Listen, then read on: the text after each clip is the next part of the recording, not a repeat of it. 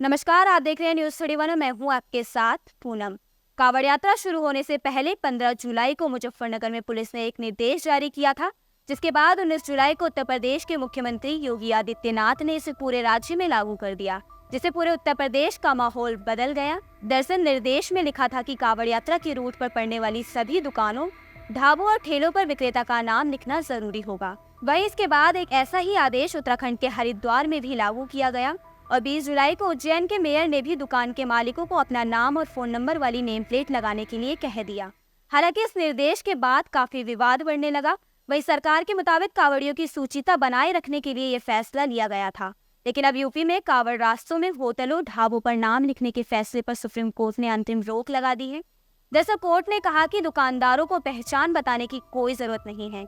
इसी संबंध में कोर्ट ने यूपी, उत्तराखंड और मध्य प्रदेश को नोटिस जारी किया है, जिसका कोर्ट ने शुक्रवार 26 जुलाई तक जवाब मांगा है।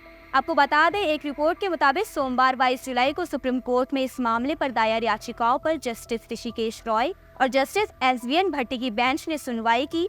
हालांकि सुनवाई के दौरान याचिकाकर्ता के वकील अभिषेक मन्नू सिंघवी ने कहा कि अल्पसंख्यकों की पहचान कर उनका आर्थिक बहिष्कार किया जा रहा है, जो कि एक चिंताजनक स्थिति है। वहीं बहस के दौरान बेंच ने पूछा कि क्या सरकार का कोई औपचारिक आदेश है कि नाम प्रदर्शित किया जाना चाहिए, क्योंकि ये कहा जा रहा है कि ये स्वैच्छिक है।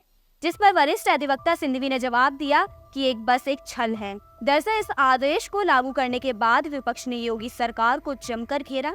साथ ही समाजवादी पार्टी के राष्ट्रीय अध्यक्ष अखिलेश यादव, बसपा सुप्रीमो मायावती समेत कई अन्य नेताओं ने इस आदेश का विरोध किया। वहीं इसी बीच सहारनपुर DIG अजय कुमार साहनी का बयान भी सामने आया, जिसमें उन्होंने कहा कि पहले भी कई बार रेट और धर्म को लेकर कांवड़ियों में लड़ाई हुई है, जिसे देखते हुए ये फैसला लिया गया है।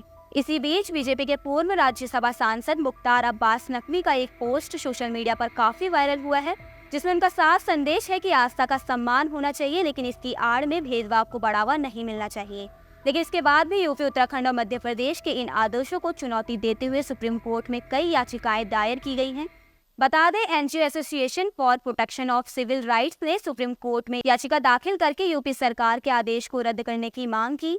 इतना ही नहीं, बल्कि एक याचिका TMC सांसद महुआ मोइत्रा की तरफ से भी दायर की गई, जिसमें उन्होंने इस फैसले को संवैधानिक अधिकारों का उल्लंघन बताया।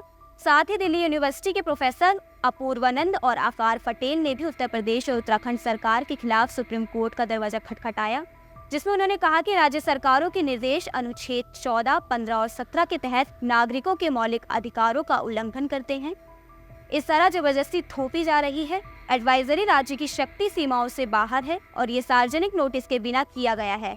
हालांकि इसके बाद सभी याचिकाओं को मद्देनजर रखते हुए सुप्रीम कोर्ट ने 22 जुलाई को इस फैसले पर अंतरिम रोक लगा दी और कहा कि किसी भी दुकानदार को अपनी पहचान बताने की कोई जरूरत नहीं है। वहीं सुप्रीम कोर्ट ने इस फैसले के बाद अब दुकानदार, ढाबों और ठेलों के विक्रेताओं के बीच खुशी का माहौल बना हुआ है, क्योंकि कहीं ना कहीं इस नियम से इन सभी को काफी दिक्कतों का सामना करना पड़ रहा था।